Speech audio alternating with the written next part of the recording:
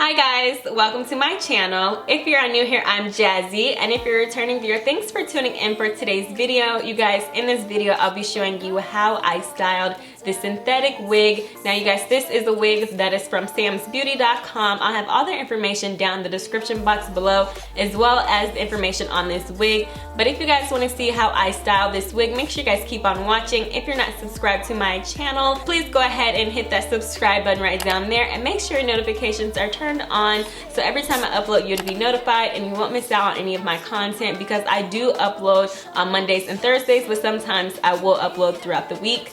So without further ado, let's just go ahead and jump right into this video. This is what the wig looks like straight out of the packaging. I went ahead and I put it on a styrofoam wig head.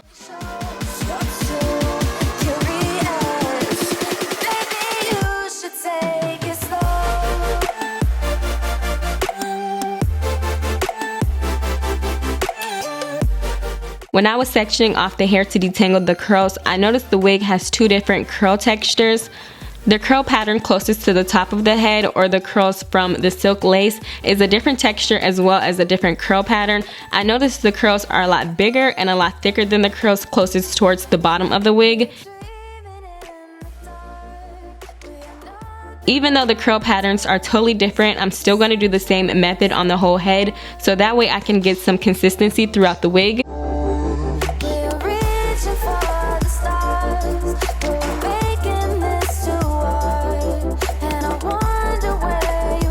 After I went ahead and sectioned the hair off, I'm just taking water that's in the spray bottle and I'm lightly misting the hair, and I'm going through the curls individually, detangling each section to make sure I have water on each curl, so that way I can smooth the curls out and they'll bounce back with the help of the water.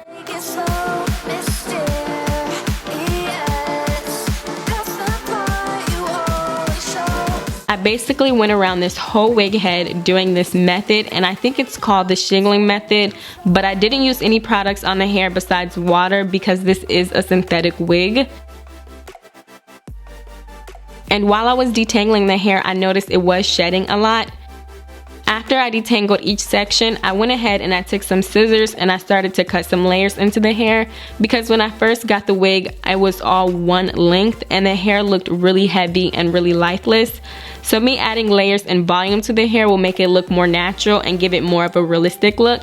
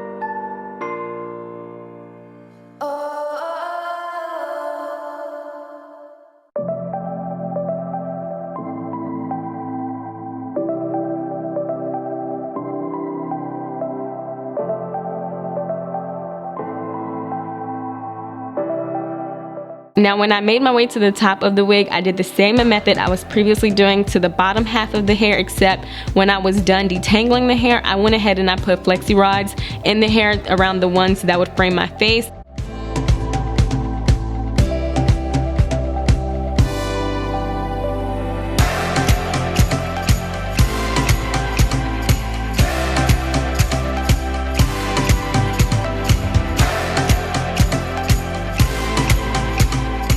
I let the hair air dry overnight before I decided to take the flexi rods out, just to make sure the hair was dry, because this is a synthetic wig.